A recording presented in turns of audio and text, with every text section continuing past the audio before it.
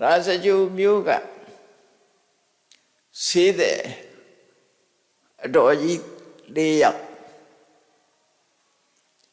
ဆေးတဲ့ကအတော်ကြီး၄ယောက်လူဘဝမှာစီးပွားဥစ္စာရှာကြတယ်သူတို့မသုံးရမဆွဲရခုတ်ချစ်ပြီးတော့စီးပွားရှာကြတာစီးပွားရှာဖို့ပဲသူတို့ကြိုးစားတယ်တခြားလူရေးတန်းရေးဘာမှစိတ်ကူးမရှိဘူးသူတို့စီးပွားရှာဖို့ပဲကြိုးစားဘဝဆိုတာထောက်ရနေရတဲ့နေရာမဟုတ်ဘူးလေအချိန်တန်တော့အချိန်တန်နဲ့ဆိုတာကိုယ့်အချိန်နဲ့ကိုယ်ပဲတနေ့ကျတော့ကိုလက်ရှိဘဝကနေထွက်ခွာကြရတဲ့အနေအထားမျိုးတွေရှိတယ်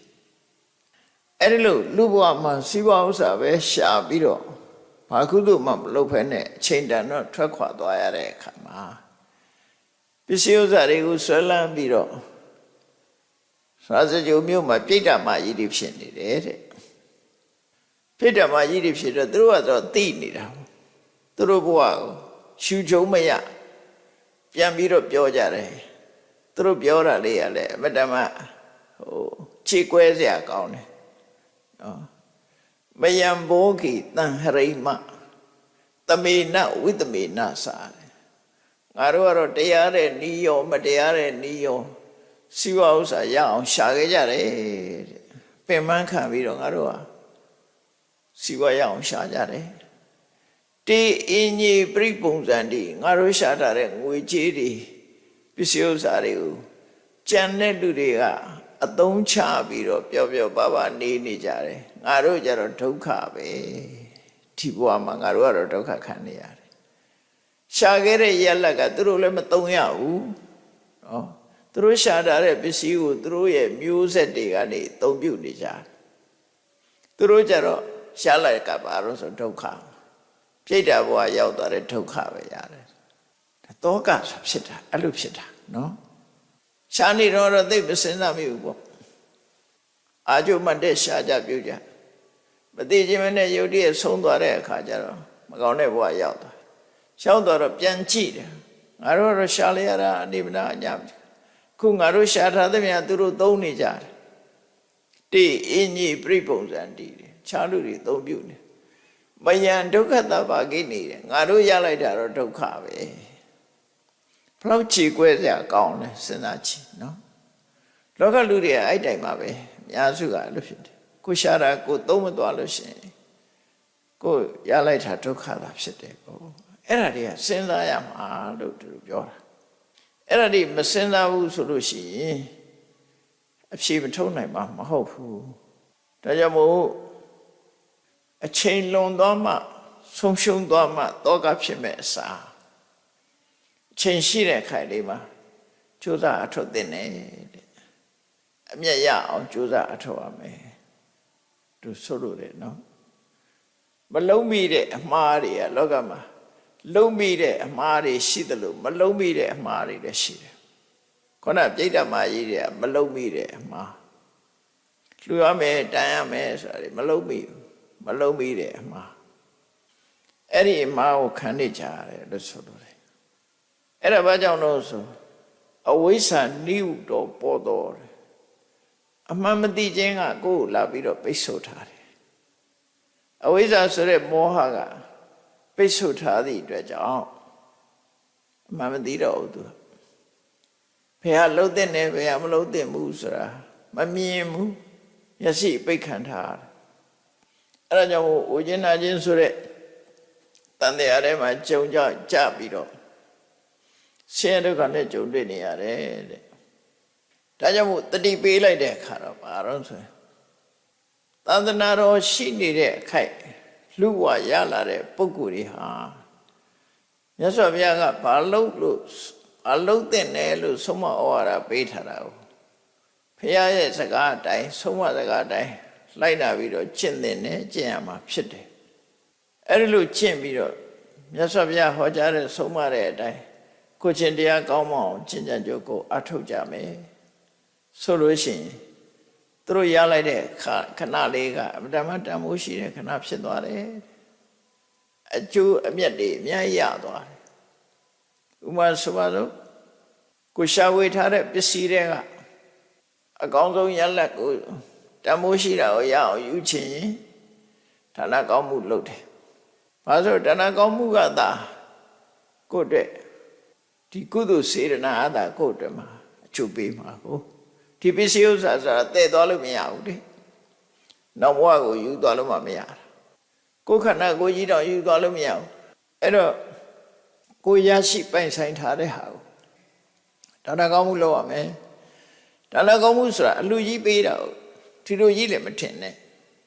ကိုနဲ့ပတ်ဝန်းကျင်မှာကို့အမေကိုကြွေးတယ်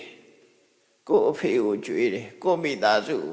ကောင်းမွန်ထားတယ်ကြွေးတယ်မွေဒါဌာနကောင်းမှုတွေပဲလေအိနိနာချင်းတွေကြွေးတယ်မိတ်ဆွေသင်္ကာတွေကြွေးတယ်ဒါလည်းဌာနကောင်းမှုတွေပဲဘာပဲလှူဒန်းကြွေးမွေဟိုလိုအလှကြီးလုံးမှဌာနကောင်းမှုမဟုတ်ဘူးလုပ်လို့ရတယ်နောက်ဆုံးဝင်မြတ်စွာဘုရားဟောထားတာကိုစားတဲ့ဓမင်းညာဟင်ညာလေးတောင်တိရစ္ဆာန်လေးတွေစားကြပါစေဆိုတဲ့ intention ရည်ရွယ်ချက်နဲ့ဓမင်းညာဟင်ညာလေးတွေကိုစွန့်ပြစ်ရင်တောင်မှပဲအဲ့ဒီကုသိုလ်ရဲ့အကျိုးကကိုယ်စီရောက်တယ်လို့ပြောထားတာဗျာဒါနောက်ဆုံးနော်အညံ့ဆုံးလို့ပြောတာအဲ့ဒါတော့ကိုယ်စီရောက်လာမယ်လို့ပြောတာအဲ့တော့မိတ်ဆွေတွေကိုကော်ဖီလေးတစ်ခွက်တိုက်တာလို့ဓမင်းလေးတစ်နက်ကျွေးတာဒါတွေပဲဒါနတွေပဲအကုန်လုံးကအဲ့ဒီမှာတော့အရက်တော့မတိုက်နဲ့ပေါ့အရက်တိုက်တာသူ့ကိုဖြက်စီရရောက်သွားတယ်နော်မဟုတ်တဲ့ဘက်ကိုအားပေးတဲ့ဒါနမျိုးတော့မလုပ်ကောင်းဘူးကုသိုလ်လို့ထင်ရပေမဲ့လို့တစ်ဖက်သားအကျိုးပျက်စီးသွားတဲ့ဟာမျိုးကြရင်တော့ဒါနလို့မခေါ်ဘူးသူကနော်သူ့အတွက်အကျိုးရှိစီကိုယ်စိတ်ကလည်းပဲမွန်မြတ်တဲ့စိတ်ဓာတ်ရှိရမေတ္တာစေတနာနဲ့ကြွေးတာမွေးတာလှူတာဒါနအကုန်လုံးဒါနအဲ့ဒါကိုရထားတဲ့ပစ္စည်းတွေကအနှစ်သို့မဟုတ်တန်ဖိုးပစ္စည်းဥစ္စာတွေကတန်ဖိုးကိုရယူခြင်းလို့ရှိရင်ဒါနကောင်းမှုလို့ကိုယ်ခန္ဓာကိုယ်ခြေလက်အင်္ဂါတွေကတန်ဖိုးကိုရခြင်းဘာလို့အောင်ကိုယ်ရကြည့်တဲ့ပုဂ္ဂိုလ်ခါတော်ပြုနော်ကိုယ်ချီးတဲ့ပုဂ္ဂိုလ်တွေကိုခါတော်ပြုတယ်ယူသေးတယ်လေးစားတယ်လက်ဟုတ်ချီးတယ်ရှ िख ိုးတယ်အဲ့ဒါဝိယဝိစာတွေလုပ်ပေးတယ်ဟိုဖိုးကြီးမေကြီးတွေလမ်းမလျှောက်နိုင်တွဲပြီးတော့ပို့ပေးတယ်ပုဂ္ဂိုလ်မရွေးဝိယဝိစာလုပ်ပေးတယ်အဲ့ဒါတွေကကိုယ်ခန္ဓာကိုယ်အရင်ပြုပြီးတော့ရလိုက်တဲ့ကုသိုလ်ပဲနောက်တစ်ခါကိုယ်ခန္ဓာကိုယ်အရင်ပြုပြီးတော့လုပ်တာကိုယ်ချင်းသိတာထိမ့်သိမ်းဆောင်းရှောက်တယ်ဥပုသ်တရင်ဆောင်းလျှောက်တယ်ဥပုသ်သီလဥပုသ်ဆောင်တယ်ဒါတွေဟာကိုယ်ခန္ဓာကိုယ်အရင်နှီးပြုပြီးတော့ရတဲ့တန်ဖိုးတွေပဲဖြစ်တယ်အသက်ရှင်နေတဲ့ဘဝမှာရနိုင်တဲ့တန်ဖိုးကတော့လောကကြီးဟာဘယ်ရမှမမြဲဘူးအလုံးဟာတခဏသာဖြစ်တယ်သာဝရဆိုတာမရှိဘူးလို့တစ်ချိန်ကျရင်လောကကြီးဟာအလုံးထွက်ခွာသွားမယ်ဆိုတဲ့ဒီအသိစိတ်တက်လေဝိပဿနာတရားပွားများအထောက်တာကတော့အသက်ရှင်နေတာရဲ့တန်ဖိုးလို့ပြောတာအသက်ရှင်နေတဲ့အချိန်မှာတန်ဖိုးရအောင်ယူဖို့ရတော့မမြဲဘူးဆိုတာကိုသိဖို့လိုတယ်။ဘာလို့လဲဆိုတော့အသက်မရှိတော့ဘူးဆိုရင်ဒီတန်ဖိုးမရနိုင်ဘူးတော့ဘူးလေ။ဒါကြောင့်အသက်ထင်ရှားရှိနေတော့တန်ဖိုးကိုရအောင်ယူပါလို့ဒီလိုပြောတာနော်။ဒါကြောင့်အခုလိုခွင့်ရေးကောင်းရရှိနေတဲ့အချိန်မှာမြတ်စွာဘုရားရဲ့ဆုံးမတိုင်းလိုက်နာကျင့်သုံးကြရမယ်တဲ့ဟောထားတဲ့အတိုင်းလိုက်နာကျင့်သုံးပြီးကိုယ့်ရင်ထဲကခိတ္တတာတွေမပယ်ရသေးတဲ့အနုတ္တယတွေအနုတ္တယဆိုမပယ်ရသေးတဲ့ခိတ္တတာကိုပြောတာနော်သို့တော့အနုတ္တယ9ပါးဆိုတသက်ဟောတာခိတ္တတာအလုံးကိုအနုတ္တယလို့တော့မပြောဘူးဒါကတော့မြတ်စွာဘုရားရဲ့ရှိရချက်နဲ့ဟောတာမို့ဆိုလိုတာကမပယ်ရသေးတာမှန်သမျှမပယ်ရသေးတဲ့ခိတ္တတာကိုအနုတ္တယလို့ခေါ်တာအနုရူပံကာရဏလဘိတဝဩပစ္စတိသင်ရတဲ့အကြောင်းတစ်ခုဖြစ်ပေါ်လာမယ်ဆိုရင်သူကဖြစ်ပေါ်လာတတ်တယ်အကြောင်းပေါင်းတစ်ခုပေါင်းလိုက်လို့ရှိရင်ဖြစ်လာနိုင်တဲ့အနေအထား possibility potentiality လို့ပြောတာအနုတ္တယဆိုတာအကောင်ထဲဖြစ်နေတာမဟုတ်ဘူးသို့တော့နောက်ထပ်အကြောင်းတစ်ခုပေါင်းလိုက်ရင်ဖြစ်လာတာဖြစ်လာနိုင်ခြေရှိတာကိုနုတ္တယဥပမာပဲ အခုကပြောတဲ့စကားနဲ့ပြန် positive ပေါ့ positive က activate မဖြစ်သေးဘူးလေ positive ရှိနေတာပဲကိလေသာ positive ဖြစ်နေသို့တော့ဒါဖြစ်ပေါ်လာဖို့လှုပ်ရှားထကြွလာဖို့နောက်ထပ်အကြောင်းတစ်ခုထည့်လိုက်ရင်လှုပ်ရှားထကြလာ gas မီးကြည့်ဖူးလေးကိုနောက်တဲ့အခါဖိပြီးတော့ချက်လိုက်တာနဲ့မီးတောက်ကလေးကဖြစ်လာတယ်သို့တော့အဲ့ဒီမီးတောက်ကလေးက gas မီးကြည့်တဲ့မှာရှိနေလာတာဆိုမရှိဘူးအဲ့ဒါမျိုးကိုအနုတ္တယလို့ခေါ်တာအနုတ္တယစင်စမဲ့ပြန်ကိန်းနေတာအဲ့ဒါကြောင့်မပယ်ရသေးတဲ့ကိလေသာလို့ဒီလိုပြောတာနော်